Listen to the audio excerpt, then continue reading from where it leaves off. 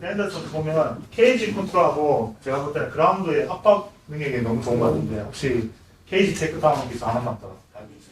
For us at my gym, the MMA lab in Glendale, Arizona, we steal moves from everybody. Uriah Faber, do a move. Like, oh, we really like that. That worked really well for him. So then we steal it from him, and then we call it the Uriah Faber. So we, in our fights, you'll hear us yelling, Uriah, Uriah, or Faber. That means do that move, that technique. So we always steal stuff, and we try and work on it, make it better and better and better. This takedown is a takedown we got from Joe Riggs. He actually showed it to us, so we call it the Joe Riggs. But the same thing, the 3 drop down single leg. I learned that from somebody. I picked that up somewhere, and then I stole it. I used it myself. I try to get better at it. Same thing for this takedown against the cage. For this takedown against the cage, I'll do the same thing, same setup. 1, 2, 3, 1, 2, 3. But this time, I know the cage is behind him. Say we're fighting, and the cage I see is like 3, 4 feet behind him. So instead of going for a barge guard takedown where I run the double leg because there's not enough space, the cage I see is behind him. I'll do the same thing, 1, 2, 3. I'll snatch the single, and this time when I snatch it, I just push him to the cage. All I want to do is grab hold the single leg and then drive him to the cage. Once I get to the cage there, then we'll go with the technique right now. So one more time, same thing, 1, 2, 3. I want this 3 to be big so he sees it, he covers. 1, 2, 3. I drop down. I'm just going to drive him to the cage here. Once I drive him to the cage, this finish, the Joe Riggs finish I'm going to show, is where I pull him away from the cage, and then I dive down my chest on his top side knee. I want to collapse his top side leg to his bottom side knee. So I want his knees to touch.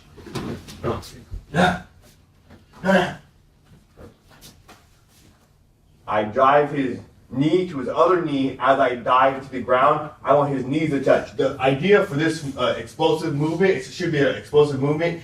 The idea for it is to actually get his knees to touch against the cage. Once I get his knees to touch against the cage, I'm able to lock my hands, pick him up, get the takedown. The important part of this is, again, I get on the single leg, I just push him to the cage. I notice cage awareness. Cage awareness is very important. You gotta know where the referee's at. You gotta know where the judges are sitting. That's pretty important in an MMA fight. If you can dictate where you control your opponent, where you take him, and you know the judge is right there and you're beating him up, go take him over the judge. Beat him up in front of the judge so that judge sees you. Yeah? Cage awareness as far as picking the guy up or keeping a fight more in your corner as opposed to your opponent's corner so that you can hear your coaches and he can't hear his coaches. Again, little small things that are kind of important. But back to the takedown, dive into the cage. When you pick this knee up off the cage, all I want you to do is to drive this knee, make it touch his other knee.